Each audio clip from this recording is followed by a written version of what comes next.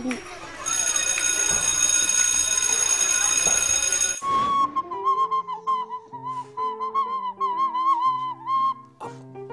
Bah, tu sais comment ça s'appelle ce truc? Bah ça s'appelle une flûte. Il y a des mille et des ans, eh ben c'était le premier instrument que les hommes des cavernes, avec leur peau de bête, ils jouaient dedans. Tu te rends compte? C'est génial, hein? Ouais, écoute ça. Oh, c'est génial! Eddie, c'est l'heure. Oh, c'était trop bien le cours l'autre jour, madame, hein, parce que maintenant, je sais que dans la musique, il y a du rythme et du chant. Et ça, depuis le temps de l'homo sapin des cavernes. Bien, Eddie. Mais est-ce que tu comprends bien ces deux mots? Rythme et chant. Ben, un peu non. Tu vas vite comprendre, Eddie. Un chant est une mélodie émise par un instrument ou par la voix. La mélodie. La mélodie est la première chose que tu retiens d'une chanson. Et ça, depuis que tu es un bébé. Et oui, lorsque ta maman te chantait une chanson pour t'endormir, elle chantait en réalité une mélodie. La mélodie, c'est une suite de notes que tu fredonnes par exemple lorsque tu t'amuses. Bah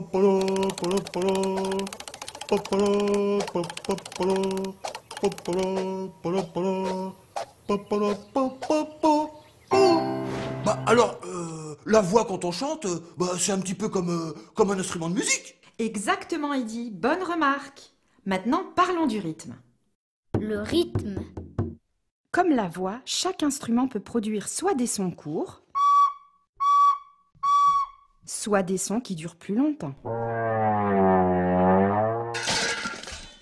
Ah bah ouais, moi la pulsation, je connais, hein. Vous savez, c'est comme mon copain là, qui joue qu'un seul morceau. Eh ben, quand il joue son morceau, et quand ça pulse, hein, il tape la pulsation avec son pied, hein. Il fait avec le pied comme ça, toc toc toc toc toc toc toc toc toc toc. Avec le pied, ça va super vite. Et oui, Eddie, une pulsation peut être lente ou rapide, mais elle doit toujours être régulière. Comme les pas que tu fais lorsque tu marches ou lorsque tu cours. Ou comme la pulsation émise par le bruit d'une horloge.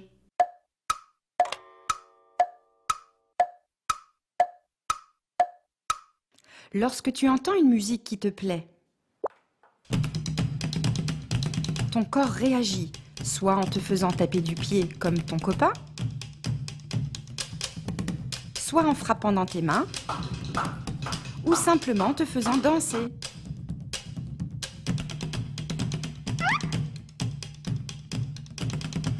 C'est ça la pulsation, c'est ce que ton corps ressent en écoutant ta musique préférée. Le rythme, quant à lui, permet aux notes de danser sur la pulsation et ainsi donne du caractère à la mélodie. Ah, bah alors la musique, ça a aussi un cœur qui bat. Oh que oui, Eddie, c'est pour ça qu'on la ressent si bien.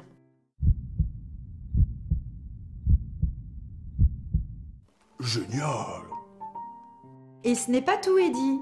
Depuis la préhistoire, la musique a beaucoup évolué. De nos jours, il existe une nouvelle composante très importante dans la musique. Il s'agit de l'harmonie. L'harmonie? Il y a tout ça dans la musique? Oh, c'est quand même de la complication à comprendre, hein, quand même, tout ça. L'harmonie. Mais pas du tout, Eddie, ne t'inquiète pas. Viens, je vais t'expliquer. Tu vois, l'harmonie se compose d'accords qui accompagnent la mélodie. Un accord est la combinaison d'au moins 3 sons que l'on joue en même temps. L'harmonie est donc une construction de différents accords qui permet à la mélodie de s'exprimer en lui donnant un sentiment parfois joyeux ou parfois triste. Seuls les instruments dits polyphoniques peuvent construire des accords, comme par exemple le piano ou la guitare. Moi, mon truc préféré dans la musique, c'est le rythme. Et toi? Le jeu. Eddie, je vais te faire écouter 3 morceaux de musique. À toi de marquer la pulsation à l'aide de cette darbuka. Waouh, trop beans. un instrument à pulse.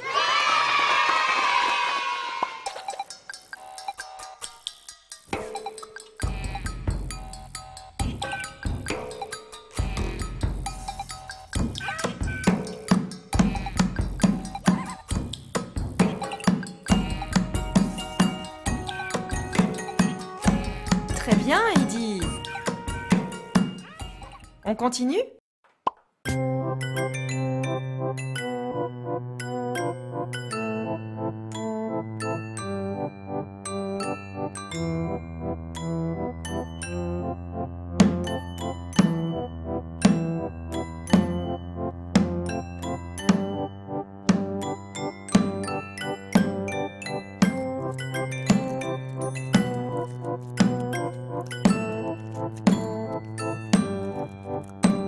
Excellent!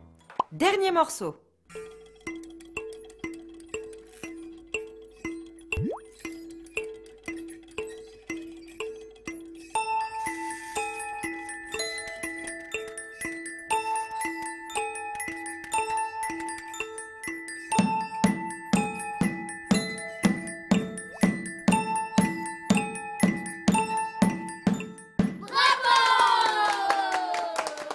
Moi, le rythme, j'adore trop.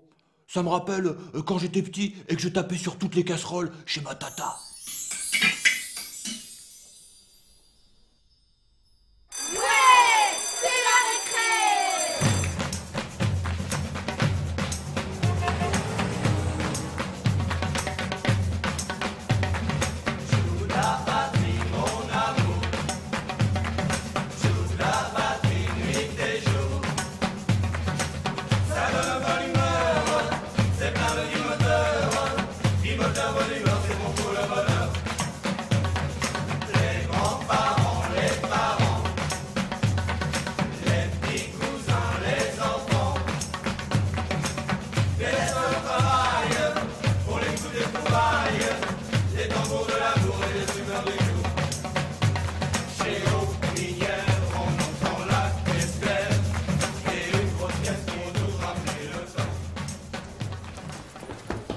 Bah, c'est quoi ça?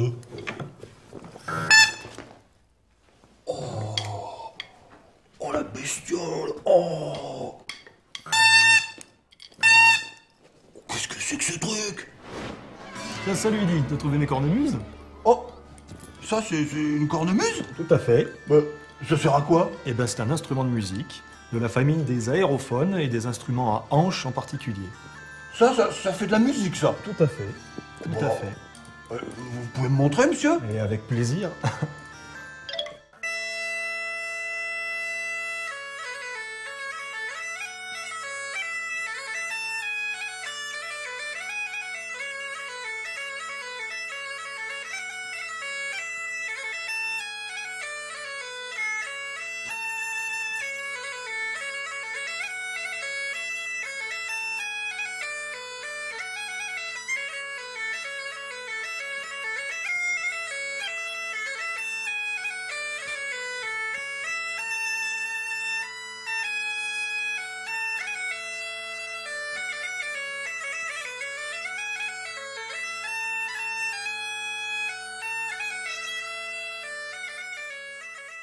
Nicolas, pouvez-vous nous décrire votre instrument? Bien entendu, avec plaisir. Voilà, donc cette cornemuse, comme la plupart des cornemuses, est constituée de plusieurs éléments. Il y a la poche, ou sac, ou outre, qui est en cuir de chèvre ou de vache. Le boîtier, qui tient les différents tuyaux de jeu, ainsi que le grand ici. Ça, c'est ce qu'on appelle le petit bourdon, qui fait une note continue, relativement aiguë. Et le très très grand, celui-ci, est le grand bourdon, qui fait la même note que le petit, mais plus bas. Ça, c'est le hautbois. C'est sur celui-ci que l'on joue les notes. Enfin, je les oubliais, le tuyau dans lequel l'on souffle pour gonfler la poche. Et comment appelle-t-on un joueur de cornemuse? Alors, un cornemuseux, un cornemuseur, un souffleur, un sonneur, un joueur de cornemuse, bien entendu. Quelles sont les origines de la cornemuse? Alors elles sont très floues. La cornemuse s'est déplacée dans les époques, à des époques différentes, par le commerce notamment, des Celtes vers le bassin méditerranéen. Également les Romains s'en servaient pour leurs armées, pour faire marcher donc leurs fantassins, leurs soldats. Et c'est fait en quoi la poche de la cornemuse là? Alors les poches de cornemuse, ou sacs, ou outres, sont fabriquées traditionnellement en cuir, de chèvre, comme ici, parce que c'est très résistant, en cuir de vachette aussi, de vache.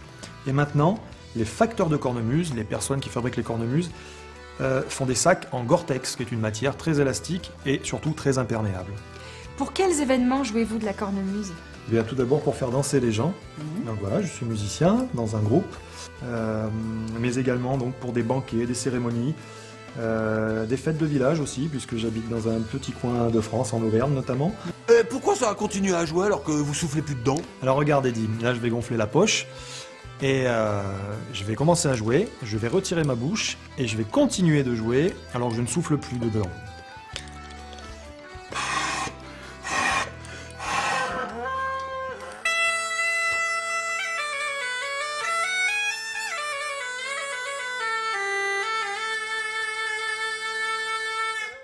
Et comme un poumon, ma poche se dégonfle. Au bout d'un moment, je suis obligé de reprendre de l'air. À ce moment-là, je regonfle. Et tout ça forme un cycle qui ne s'arrête jamais.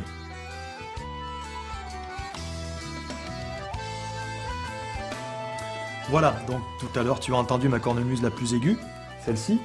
Maintenant tu vas voir et tu vas entendre ma cornemuse la plus grave. Donc beaucoup plus grande.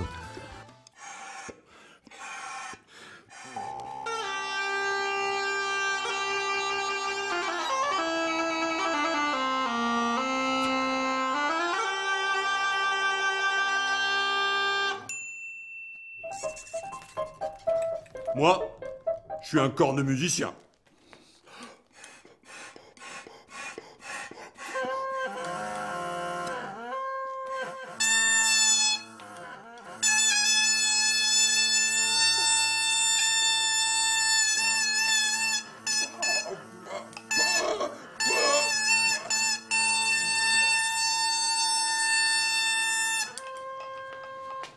Enfin, presque cornemusicien. Oh